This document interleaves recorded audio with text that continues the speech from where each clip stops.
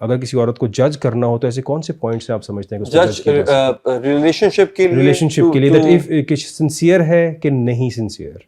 अच्छा देखिए, बहुत से पैरामीटर्स हैं ऐसे, और बहुत से ऐसे जैसे कहते हैं ना कि पैमाने होते हैं जिन पे आप जज कर सकते हैं। पहली बात तो ये कि मैं समझता हूँ कि हमें जज नहीं करना चाहिए, इसे हम यूं कह सकते हैं the selection of women, how to select a woman to bring her into a marriage या लॉन्ग टर्म रिलेशनशिप के लिए। ठीक है। तो मेरा जो पैमाना रहा है, मेरा जो स्टैंडर्ड रहा है वो ये रहा है, जिसमें अब ऐसा नहीं कि मैं हर दफा कामयाब रहा हूं उसमें, लेकिन जो सीखा ओवर द टाइम वो ये कि अगर वो लड़की आपके एक्ट्स ऑफ सर्विस को लेकर के ग्रेटफुल है, अगर वो थैंकफुल होती है ना, she is the right woman.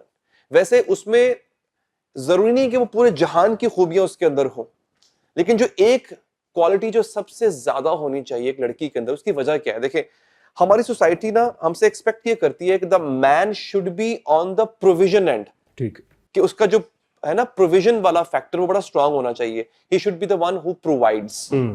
A female should be the one who is nurturing. Right. अच्छा, जो आदमी प्रोवाइड कर रहा होता है ना, वो प्रोटेक्शन दे रहा है और प्रोविजन दे रहा है, तो वो कहीं ना कहीं चाहता है कि उसको या अप्रिसिएशन मिले या सामने से उसको रेसिप्रोकेट करके आ जाए कि मैं भी तुम्हें प्यार देती हूं बदले में। राइट। तो अगर कोई लड़की, अब इससे आप बिल्कुल हट जाएं, देयर इज नो पॉइंट कि वो कहां से बिलोंग करती है, किस कल्चर की है, उसका रंग कैसा है। हमारे यहाँ ये भी बहुत प्रॉब्लम होता है, I don't believe in such things. उसकी हाइट कितनी है, अगर यानी तो सूरत नहीं सीरत की बात कर रहे हैं। एग्जैक्टली, और सीरत में क्या चीज होनी चाहिए ना, मैं हमेशा एक बात कहता हूं दैट यू, और ये दोनों के लिए, it's not just for the female, that you fall in love with the physicality, right, बल्कि नहीं, you get attracted to physicality, appearance को देख के आप अट्रैक्ट होते हो, fair enough. You fall in love with the personality, but you marry a character. और character क्या चीज डिफाइन करती है? आपका वैल्यू सिस्टम, आपके अखलाक आपका कैरेक्टर डिफाइन करते हैं। हमारा प्रॉब्लम क्या आता है कि जो दूसरे नंबर का एक स्टेज है, हम वहां पे आके मार खा जाते हैं। We get attracted to physicality, उनकी अपीयरेंस को अट्रैक्ट करते हैं हम, उसके बाद उनकी जो पर्सनालिटी होती है, we fall in love and there and then we decide that this is the person we are going to marry. We do not जज देयर कैरेक्टर। फेक कर सकते हैं आप पर्सनालिटी को, you can fake the personality, I can fake my personality, you can do this. जब तक आप मेरे साथ बैठे हैं, मैं फेक कर सकता हूं और आपको इंप्रेस कर सकता हूं। उस बेसिस पे आप जज नहीं कर सकते, वैल्यू सिस्टम पे। एक लड़की का, चूंकि आपने मुझसे क्वेश्चन किया था, लड़की की वैल्यूज को जज कैसे किया जाता है? ठीक, if she is grateful for what ever you're doing, शुक्रगुजार है यानी, अगर शुक्रगुजार है, ग्रेटफुल है, रेसिप्रोकेट करती है, यानी आप अगर ये सब कुछ आप उसे प्रोवाइड कर रहे हो, आप उसे प्रोटेक्ट कर रहे हो, उसके बदले में वो आपको नर्चर कर रही है, उसके बदले में वो आपको प्यार दे रही है, आपके लिए वो, मैं ये नहीं कह रहा जमीन पे बिछ जाए, वो आप लेट जाए आपके आगे, नहीं, बट वो ग्रेटफुल है, that is the right person, she is the right woman for you and for your offsprings, आपके बच्चों के लिए, कल को आपकी नस्ल चलेगी वहां से। उसको, मुझे नहीं लगता कि आप उसकी बाकी चीजों को, अगर उसमें कुछ चीजें डिसबैलेंस्ड हैं, आप वो इग्नोर कर सकते हो, बट अगर उसमें ये क्वालिटी है that she is a person who happens to be grateful, who happens to have this gratitude towards you whatever you are doing, don't let her go, don't let her go. अब खलीलुर रहमान कमर साहब की एक statement मुझे आपकी इस बात से याद आ गई। उन्होंने कहा था अगर कोई मर्द छोड़ के जाना चाहे तो उसको रोक लो, और अगर कोई औरत छोड़ के जाना चाहे तो उसे जाने दो, क्योंकि वो पहले ही जा चुकी होती है। आप अब ये कह रहे हैं कि वो औरत को जो है वो जाने नहीं देना चाहिए, चेक कर लेना चाहिए, हाउ डू यू थिंक? नहीं, ये तो सवाल आपने किया था ना कि सिलेक्ट करते वक्त क्या पैरामीटर्स होने चाहिए, वो तो ये होने चाहिए।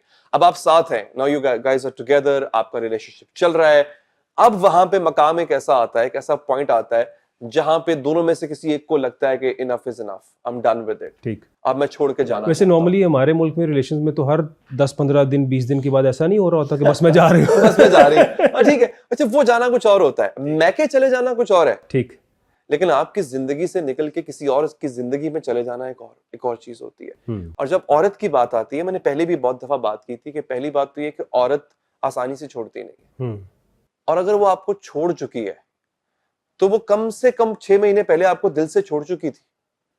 आप तक अपना फैसला सुनाया तब है उसने, वो जिसे कहते हैं ना कि महफूज फैसला सुना दिया गया, वो अपना महफूज फैसला सुनाती है आपको, ठीक, फैसला वो बहुत पहले कर चुकी होती है। उसकी वजह ये होती है, देखिए, लड़की हमारी सोसाइटी में भी और अगर ओवरऑल देखा जाए तो ग्लोबली भी एक ना डेलिकेट फ्रेजाइल एक बीइंग है, क्योंकि उसको लगता है कि उसकी प्रोटेक्शन कहीं ना कहीं इस सोसाइटी में मैं, हाँ, जो आजकल अल्फा वुमेन भी हैं, there are women who are alpha, who are career oriented, जो कि फाइनेंशियली स्ट्रांग हैं, उनकी पर्सनालिटी इतनी स्ट्रांग होती है, they can take care of themselves, but I am representing the women in general, right. अब वो उनको कहीं ना कहीं प्रोटेक्शन उनको तभी फील होती है, और हमने भी उनको यही सिखाया है कि तुम्हारी हिफाजत एक मर्द ही कर सकता है। तो अगर वो किसी एक मर्द के चुंगल से निकल के आजादी हासिल कर रही हैं और फिर किसी और के साथ उनका ताल्लुक बन जाता है, सो वो आपके होते हुए ये काम पहले कर चुकी थी। इसके लिए जो लफ्ज यूज किया जाता है, मैं उस लफ्ज को इंडोर्स नहीं करूंगा, लेकिन मेरे पास फिलहाल कोई वोकैबुलरी में कोई और वर्ड है नहीं, तो मुझे मजबूरन वही यूज करना पड़ रहा है। आपका बैकअप हो चुका होता है, वो बैकअप प्लान पहले कर चुकी होती है। Again, now I am not putting women into a pedestal जो कि मैं बड़ा इविल पोर्ट्रे कर रहा हूं, ऐसा नहीं है कि लड़कियां तो करती ही ऐसी हैं। उसका कॉन्टेक्स्ट मैंने दिया है कि हमारी सोसाइटी में ये उसको सिखा दिया गया, और कहीं तक ये सच भी है कि अकेली वो सर्वाइव नहीं कर सकती, so she has to have someone जो कि उसका ख्याल रखे। तो वो आपको छोड़ने का फैसला जब कर चुकी होती है, और एक और बड़ी इंपॉर्टेंट चीज है सर, वो आपको छोड़ने से पहले, या यूं कह लें आप पे चीट करने से पहले, जैसे मैंने बहुत पहले जब जुमला कहा था और बहुत बवाल हुआ था कि वुमेन नेवर चीट, तो उसकी भी वजह यही थी कि दे टेल यू कि you know whatever you are doing is wrong, मत करो। ठीक, मुझे यानी बार-बार आपको वार्निंग देगी, वार्निंग दे रही होती है through actions and through words. Right. वो दोनों तरह से आप तक मैसेज पहुंचा रही होती है कि तुम मत करो ऐसा, तुम गलत कर रहे हो। उसके बाद उसकी इंटेंसिटी को वो इंक्रीज करती हैं, वो कहती हैं कि यू नो व्हाट, मुझे आज भी कमी नहीं है।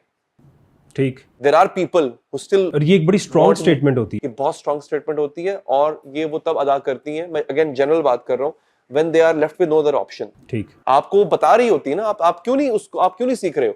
हम कहते हैं she is nagging all the time, she wasn't nagging the time when she met you। जब आपको मिली थी तब तो वो किटकिट नहीं करती थी ना। ठीक, आपने सोचा कि ऐसा क्या है जो आपसे डिमांड कर रही है जो आप नहीं कर रहे हो। हाँ, अगर तो वो अनफेयर है, अनजस्ट है, फाइन, लेकिन अगर कुछ फेयर है, और मोस्ट ऑफ द टाइम्स लड़कियां क्या डिमांड करती हैं, आपसे फेयर टाइम मांग रही होती है, आपकी अटेंशन मांग रही होती है, आपका कुछ डेडिकेटेड क्वालिटी टाइम मांग रही होती है। अगर आप वो नहीं दे रहे हो उसको, एंड उसके बाद आपको कंटिन्यूअसली, और मैं आपको बताऊं ये लड़कियों का जो पेशेंस है ना, उनकी जो रेजिलियंस है, एक चीज मैं दाद दूंगा जी, वो इतनी जल्दी रन आउट नहीं होता। It takes ages. मेरे पास कपल्स आते हैं, when I work with them, 18 साल की शादी।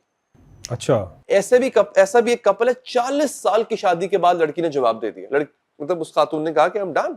पाकिस्तान की बात कर रहे हैं आप, इंटरनेशनली तो ये मैरिजेस होती है, हमने मतलब पाकिस्तानी भी है, लेकिन मेरा जो वास्ता पड़ता है वो देसियों से पड़ता है ज्यादा। ठीक, वो पाकिस्तान में रहते हो, वो इंडिया में रहते हो, वो सब कॉन्टिनेंट के बाशिंदे जो कि अक्रॉस द ग्लोब रहते हैं, तो वो she was done with that person।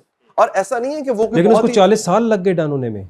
हाँ, हिम्मत नहीं आ पाती है। हमने अगर 40 साल बर्दाश्त कर लिया तो फिर मजीद जो 10 15 20 रह गए हैं वो भी बर्दाश्त ही करेंगे। यही तो वजह है। आप चाहते हो, और स्पेशली जब आप की उम्र एक खास ब्रैकेट में चली जाती है ना, उसके बाद आपको पता होता है कि टाइम कम है मेरे पास अब। ठीक, सबसे पहले तो मैं, उम्र का टाइम तो कम होता ही होता है आपकी एज का, लेकिन एज का एक प्राइम भी तो होता है ना, पीक भी तो होती है, उसका टाइम भी जा रहा होता है, जवाल की तरफ जा रहे होते हैं। So you want to make the most of it.